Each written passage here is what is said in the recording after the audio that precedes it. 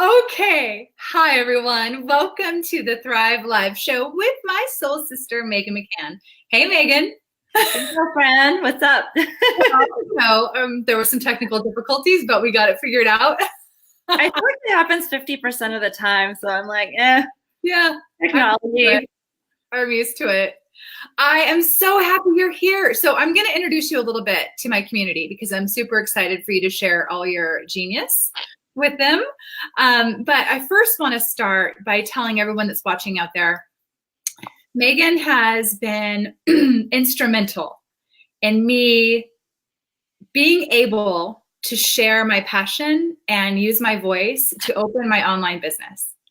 And Megan was the person who pulled out my genius and allowed me to see it for what it was so that I could share it with the world. And she saw that in me before I saw it in myself. And so the magnitude and the impact that she's had in my life is, I don't have words for it. And it actually chokes me up. Because anyone who's watching right now, you're in it for a treat, and you're so fortunate that you get to hear from Megan today.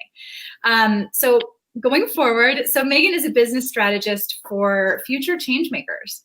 And she is also a super powerful woman and a powerhouse in the community of empowering and supporting women and finding their voice and chasing down their dreams and going after them. And so she co-created this amazing summit called the Soul Success Summit, which I've been a part of, and I hope to be a part of in the future by being invited to speak. And she's just really, showing up for the world in a big way. And so I wanted to bring her in here today because she not only has great business insight for you, but she also has this way of teaching you how to create abundance in your life, unlike anyone I've met. So I wanted her to come on and share with you. So enough from me. I will turn it over to you, Megan. So, hey, welcome, girl.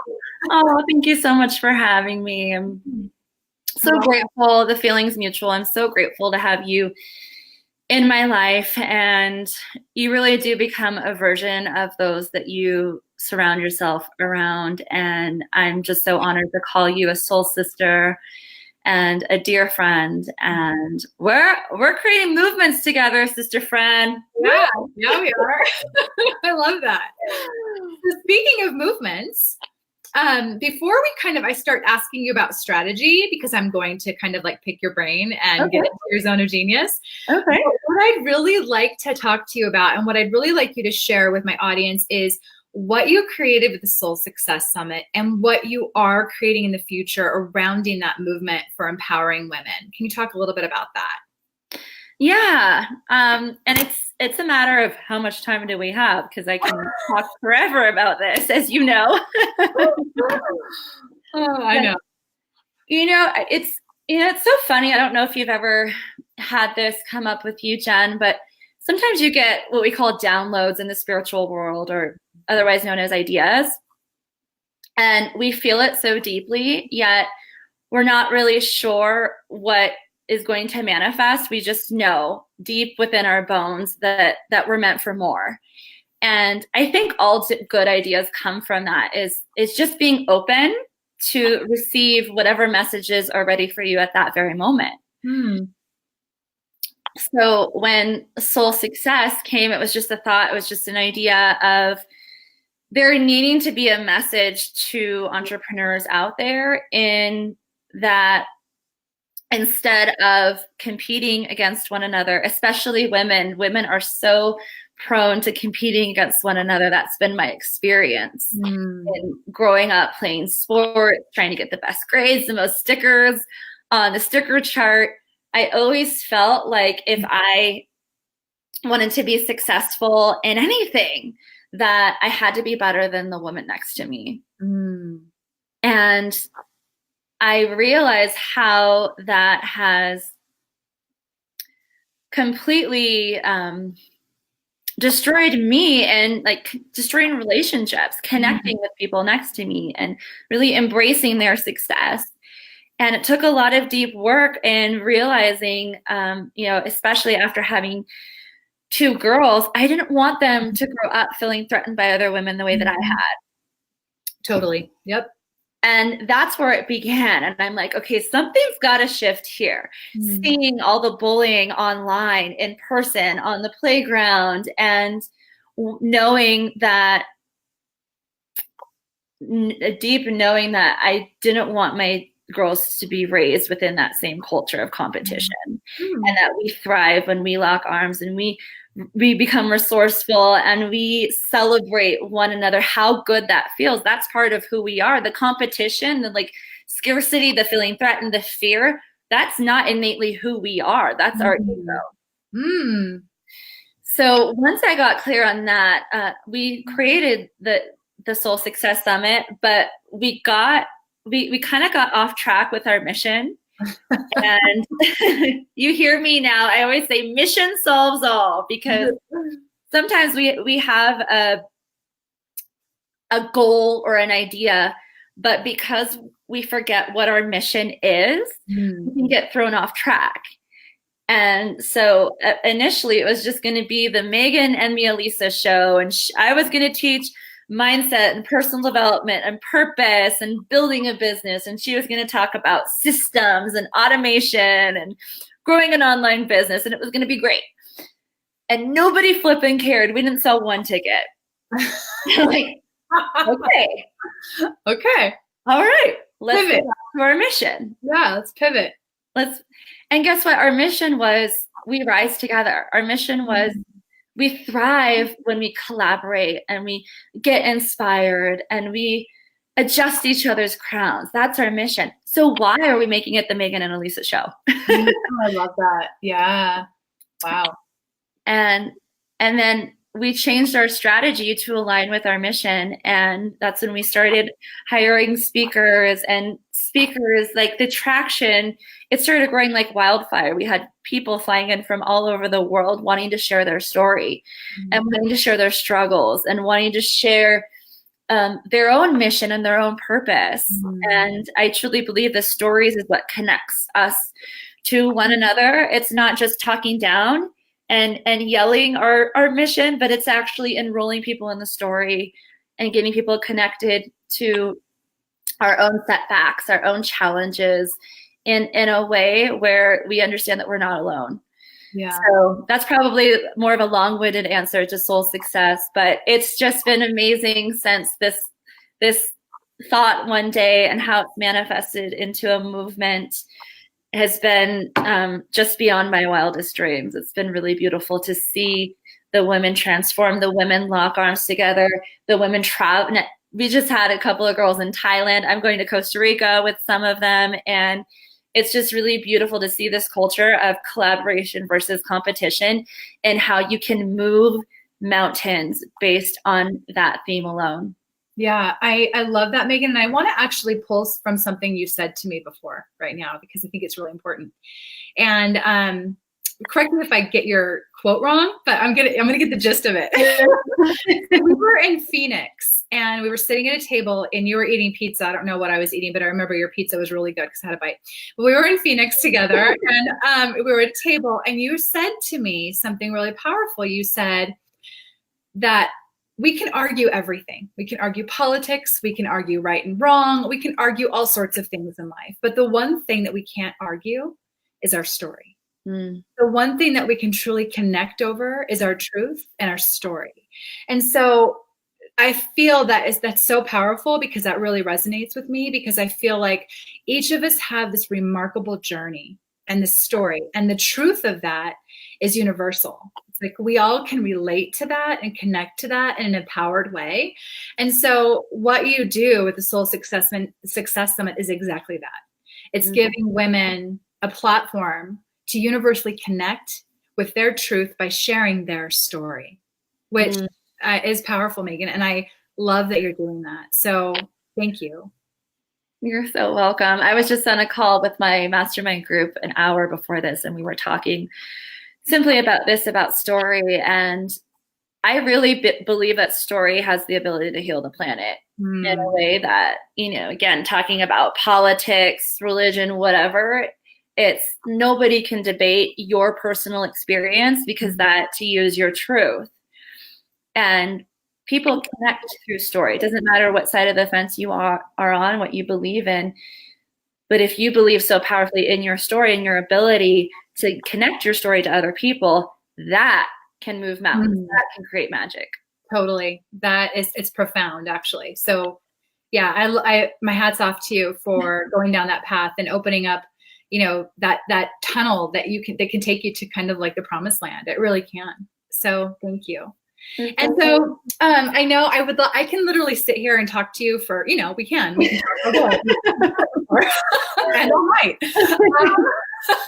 But what I really want you to share with our audience is because I really want some people listening. I think that as women, we get caught in this cycle of strive, and we get caught in this cycle of striving, and forcing, instead of really leaning in. And I think that really aligns with abundance. And I think that when we're forcing and we're striving, we lose the magic of allowing abundance to come into our life. And you really do a great job of helping women understand money is just a tool, right? Money is just a tool. There doesn't have to be, emotion around it. It's just a tool, and creating abundance around that philosophy. So I'm wondering if you can maybe share a few tips from your past, your experience, your zone of genius on how to create more abundance in your day-to-day life. That's a good question. I love it. I love it. Abundance was my mantra for 3 years because I realized that I was living my life in a scarcity mindset. And with that scarcity came so much resistance, and me, making up stories that there aren't enough people in the world to help. There aren't enough resources. There isn't enough money. And so, the first thing for me was really getting clear that was just a story that I was telling myself, that I was making up, that there weren't enough people to impact, that I wasn't worthy of success. And then all of the words that come around. I gave a talk the other day and I was like, how many statements can you say about money that aren't true? And it was like, more money, more problems. Money is the root of all evil. Money is icky. It was just like all of these things that a lot of us are taught based on this limiting belief, based on scarcity mindset. So, for me, it was getting really clear on what those limiting beliefs were, and then creating a mantra that propelled me to actually feel good about money and to rewrite that narrative and to rewrite that story. So often what I'll have people do is I'll just write down any limiting belief they have at all. And more often than not, it is revolved around money. But it could also be with relationships as well. Yeah, for sure. I can't connect with anybody. I only want to have a few friends because only a few people get me. It can have to do with, business success, getting clients. It can have to do with food, with losing weight, with honestly any aspect of your life. Money is just one avenue of all of these stories that we make up in our head that we believe to be true, but they aren't true. They're just a story. So I don't know if that answers your question, but I say that would be, the first thing is just really identifying what that limiting belief is, creating a mantra. And then another tip that I have that's been so powerful for me is developing an emotional thermometer. This sounds interesting. So what do I mean by that? So the way that we feel about everything is everything. And a lot of us have goals. So say, for example, my goal is, I want to lose 15 pounds. And I set that goal, but in my body and in my emotions, it doesn't feel good. I'm feeling like, oh my gosh, I have to starve myself. I'm feeling like it's not possible. I'm feeling like it's too big. And all of a sudden, we're creating resistance towards losing that 15 pounds. So it doesn't mean you have to change the 15 pounds, but maybe you generalize it towards, okay, instead of 15 pounds, I just want to feel good in the morning. I want to be able to make it to the gym. Before I was doing this CrossFit boot camp, and I would throw up every time, and it was horrible, and I wasn't excited about it. Well, don't flip and do it. Do Yeah. something that makes you feel good. Maybe that's, going for a hike. Maybe that's going for a walk down the street with your dog. Start doing the things that elevate you on your emotional thermometer. They make you feel good, as opposed to all of those negative emotions. And then you start building momentum. Maybe one day you can do that boot camp and it feels good because you've built your tolerance, but it's just being aware. And sometimes we're so specific about our goals that it actually hurts us because we don't believe it and we don't feel good about it. Wow. Sometimes we need to go more general, as opposed to, I need to lose 15 pounds in 30 days. Like that feels so scary. Or I'm going to make $10,000 within the next 30 days.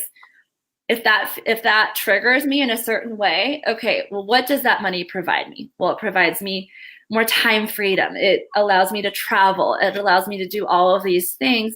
Maybe just reword it a little bit to the point where it feels good, but you're still connected to why you're setting those goals. That's great. No, I love that, because that also speaks to something I was talking about, where we set these, grandiose goals and we set ourselves up for failure, because we're already putting ourselves in this negative mindset loop, right? Where there's negative feedback already around it because this goal is so crazy big.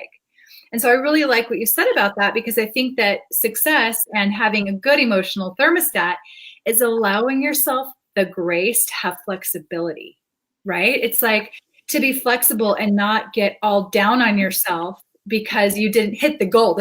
You got 14 pounds instead of 15. It's like, that's crazy, right? So I love that you said that, because I think we get so hyper focused on a specific goal.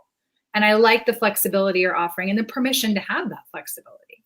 Exactly. And not making your happiness conditional. So again, when we set goals, we'll say, okay, I'll be happy and I'll have made it by the time I lose 15 pounds, or by the time I make my first 6 figures in my business, or I find the love of my life, then I'll finally be happy. And that's backwards. You decide now that you're going to be happy with where you're at. And then all of a sudden, because you are so hyper aware of the power behind the joy in what you're doing, that you're all of a sudden attracting all of the things that you desire into your life, and it's no longer conditional because you're happy. And it's kind of like, from my clients that I've worked with in the past who have been looking for love, and they're so stressed out about finding the love of their life. And I'm like, I get it. I used to like cry every birthday being alone that I didn't find my love. It was horrible. And I made it conditional. I made my happiness conditional on finding my Prince Charming. But the minute that I made my happiness a decision, a choice, that today I choose to be happy today. I choose to feel abundance. I feel to attract. I choose to attract the people in my life that I want to be around. Then all of a sudden, you gain your power back. And when I made that decision that I was going to make a choice to be happy, then I attracted Luke into my life, and it was no longer conditional. Yeah. Yeah. And I think that goes for everything: money, business, friends, everything, right? Because I think that abundance lives in that choice, when you find the magic in the moment, not in the outcome. And so I think that that's the key. I think that's what you're saying, is that, making that choice, and correct me if I'm wrong, making that choice to have the magic in the moment, find the happiness in the moment, will attract, the abundance into your life. And I think that law of attraction is so powerful. Yeah. So powerful.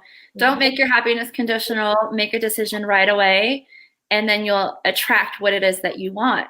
And it's funny, because then it's like you'll no longer have to, it doesn't matter whether or not you reach it, because you already made the decision that you are happy. It's kind of like the catch-22. It doesn't matter anymore. Yeah, no, I love that. I'm going to quote you on that, and when I rework this and edit, I'm going to quote that. Thank you for that, Megan. So I really want to make sure the audience understands what it is that you're passionate about doing for the world and the impact that you want to make. And so I'm going to ask you in a minute where they can find you at. But first, I want you to share, like, what is it that what kind of change do you want to create in this life? What kind of change do you want to create with what you're doing right now currently? For me, I want people to understand that they can have and be it all, and it doesn't have to be an if or thing. I think for me, when 10 years ago, when I was living in a scarcity mindset and I first started my business and I first started my health coaching business, which was my first business, I didn't think I could have it all. I thought I had to hustle to be successful, and I couldn't be a present parent. I thought that, if I wanted to be successful, I would have to sacrifice all of these things. And the same goes for anything. And, if you're trying to lose weight, if you're trying, again, to find your next relationship, you don't have to sacrifice the things that you love to reach your goal.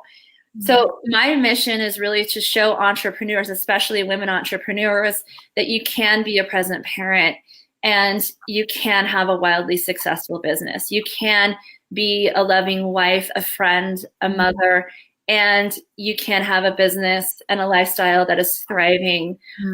So the mission is really to give these women the tools, especially, I just gave a workshop on how to work less but make more in your business. I work 1 to 5 hours a day and my business is thriving. I mean, I just had my best month ever last month. I was on vacation half of the month. Yes, you were. You were in Mexico.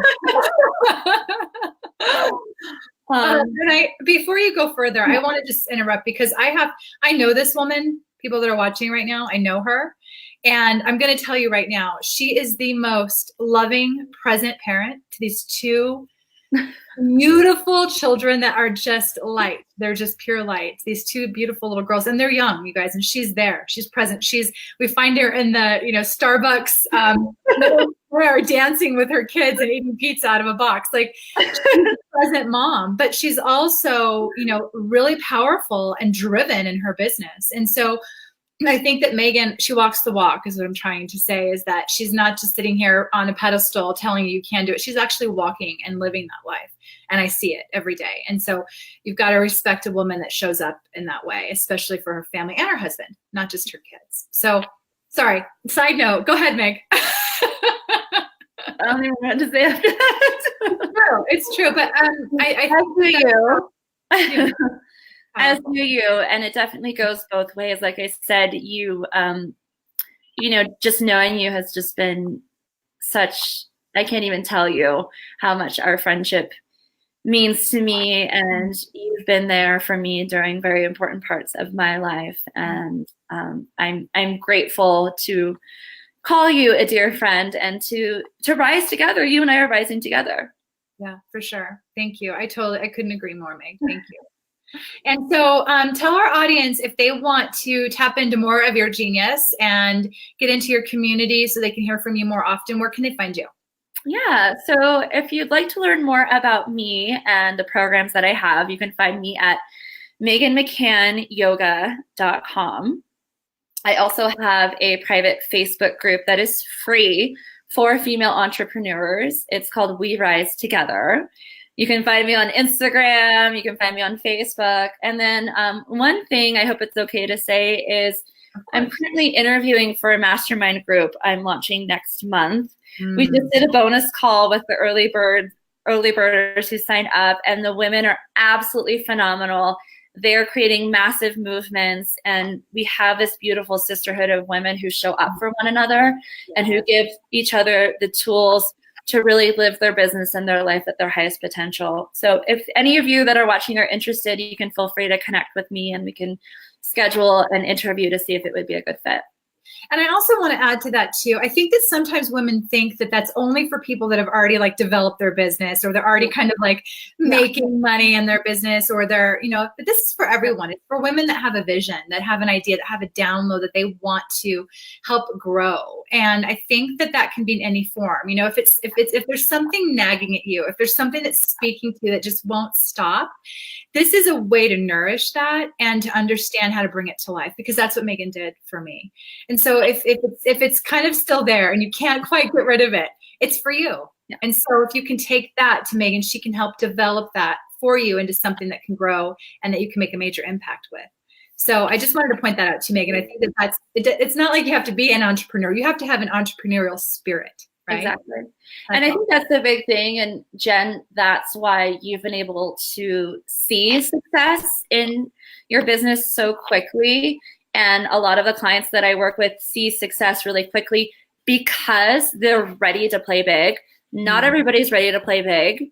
And so you got to be careful. It's like, okay, I have this big vision, but am I really ready? Do I have the space? Is the time right? And sometimes it's not, and you get to honor that.